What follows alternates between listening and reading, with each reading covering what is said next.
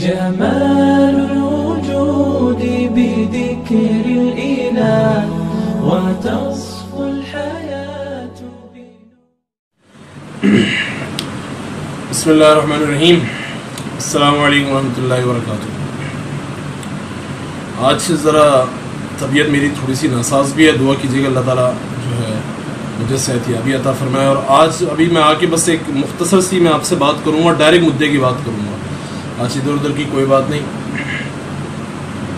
دل بھوکا ہوا بھی ہے اور مختصر بات ہے. اللہ تعالیٰ اس کو پراثر بنا دے, اللہ تعالیٰ اس کو اپنی بارگاہ میں شفقت قدمی عطا فرما دے. یہ ایک میری طرف سے ایک چھوٹی سی اپیل اور ایک چھوٹی سی وضاحت تو میں نہیں کہوں گا, ایک پیغام ہے خان صاحب کے لیے اور ایک یاد دہانی ہے.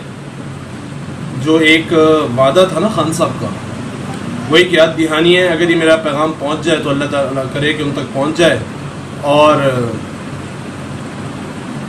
اگر وہ تھوڑا سا راستے سے بھٹک گئے یا راستے کو بھول گئے تو اللہ تعالیٰ ان کو دوبارہ راستے پر اللہ تعالیٰ لے کے آ جائے. بات یہ ہے کہ میں اپنے گھر کو تعمیر کرنا چاہتا ہوں اور میں اس کو بہت اچھا بنانا چاہتا ہوں. تو میں کبھی یہ نہیں چاہوں گا کہ میرے اس گھر کی تعمیر میں میرے باپ کا دشمن حصہ لے. بھلے وہ مزدور کی شکل میں ہو, بھلے وہ ٹھیکیدار کی شکل میں ہو, بھلے وہ پلمبر کی شکل میں ہو, بھلے وہ کارپینٹر کی شکل میں ہو. کسی بھی حصے کے اندر میں کبھی یہ نہیں چاہوں گا کہ میرے اس گھر کی تعمیر کے کسی بھی حصے میں, کسی بھی شعبے میں میرے باپ کا دشمن شامل ہو. کیونکہ مجھے پتہ ہے کہ مجھے نقصان کے علاوہ کچھ نہیں ملے گا اور میری غیرت بھی گوارا نہیں کرتی. تو خان صاحب, آپ نے اس اسلامی جمہوریہ پاکستان کو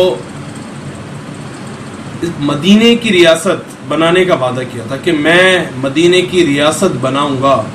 جب آپ اس کو مدینے کی ریاست بنانے کا سوچ رہے ہیں تو آپ ظاہر سی بات ہے ایسے لوگوں کا انتخاب کریں گے جو واقعتاً اس کو مدینے جیسی ریاست بنائیں.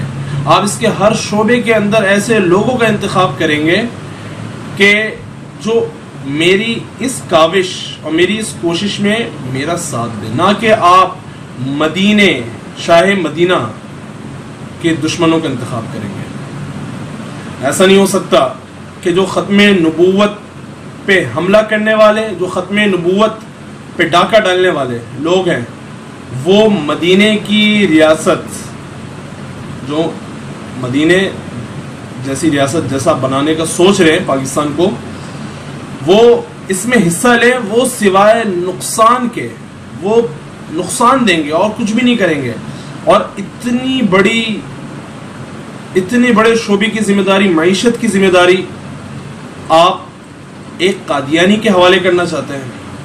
تو خان صاحب, قادیانی نہ اسلام سے مخلص ہے نہ پاکستان سے مخلص ہے. وہ ہماری ساخت کو کمزور کرنے کے لیے ہی پیدا ہوا ہے, اسلام اور پاکستان کو. وہ ہمیں سوائے نقصان کے اور کچھ نہیں دے گا. اور ہماری معیشت جہاں ڈوبتی ہوئی جا رہی ہے, جہاں ایسے لوگوں کے ہاتھ میں آپ معیشت کی ذمہ داری, اتنے بڑے شعبے کی ذمہ داری ایسے دشمنوں کے ہاتھ میں دے دیں گے تو ہمارا ملک کھوکھلا ہو جائے گا, ختم ہو جائے گا. خان صاحب, آپ نے اس بات کو تسلیم کیا تھا کہ ختم نبوت پہ میرا ایمان ہے.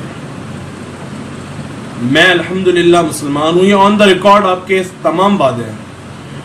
تو جس آدمی کا جس درجے میں بھی ختم نبوت پہ ایمان ہوگا نا, وہ بڑے درجے میں ہو چھوٹے درجے میں ہو, کبھی بھی اللہ کے رسول صلی اللہ علیہ وسلم کے دشمنوں کو کسی بھی درجے میں برداشت نہیں کرے گا. اور سب سے بڑا دشمن اللہ کے رسول صلی اللہ علیہ وسلم کا اس وقت روئے زمین پر قادیانی ہے. خان صاحب, ہماری یہ درخواست ہے آپ سے کہ خدا را ایسے قادیانیوں کی تقرری نہ کیجیے اتنے بڑے شعبوں میں. اگر آپ کو تقرری کرنی ہے تو اس وقت اس وقت آج میں نے یہ رپورٹ پڑھی کہ دنیا کے اندر 7واں نمبر ہے معیشت میں مہارت کا، وہ کس کا ہے؟ وہ ہمارے اور آپ کے، ہم سب کے ایک ہمارے سر کے تاج حضرت مولانا مفتی محمد تقی عثمانی صاحب دامت برکاتہم۔ اگر آپ کو اس شعبے کے اندر لے کے آنا ہے تو ایسے ماہر آدمی کو لے کے آئیے جس سے پاکستان کا بھی بھلا ہوگا اور جس سے معیشت بھی مضبوط، جس سے اسلام کو اور بھی فروغ ملے گا، معاملات کے اندر اور بھی فروغ ملے گا، جس کے معاملات خالصتاً جن کے آنے سے، جن کو لانے سے جو معاملات ہیں، جو معیشت کے معاملات ہیں، وہ اور مضبوط ہوں گے اور اچھے سے اچھے ہوں گے۔ تو ایسے لوگوں کو لے کے آئیے، حضور صلی اللہ علیہ وسلم کے دشمنوں کو نہ لے کے آئیے۔ اللہ کرے جو میں نے ٹوٹے پھوٹے الفاظ میں جو بات کہی وہ بس حضور، میں کمزور آدمی ہوں، میں یہ نہیں کہتا مجھے حضور صلی اللہ علیہ وسلم سے بہت زیادہ محبت ہے، میں یہ دعویٰ نہیں کر سکتا، لیکن مجھے حضور سے محبت ہے۔ میں ختم نبوت پہ میرا ایمان ہے اور میں قادیانی کو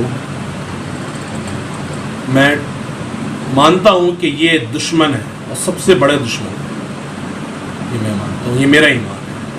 ختم نبوت پہ ڈاکہ ڈالنے والا ہوگا، حضور کی ناموس پہ ڈاکہ ڈالنے والا ہوگا، وہ نہ اسلام سے مخلص ہے نہ پاکستان سے مخلص ہے، میں اس کو دشمن مانتا ہوں، اسلام کا بھی پاکستان کا بھی۔ اللہ تعالیٰ میری ان باتوں کو اپنی بارگاہ میں شرف قبولیت عطا فرمائے، اللہ تعالیٰ میرے بولنے کو، آپ کے سننے کو اللہ تعالیٰ شرف قبولیت عطا فرمائے، اور اللہ تعالیٰ ہمیں صحیح سے بات سمجھنے کی اور بات سمجھانے کی توفیق عطا فرمائے۔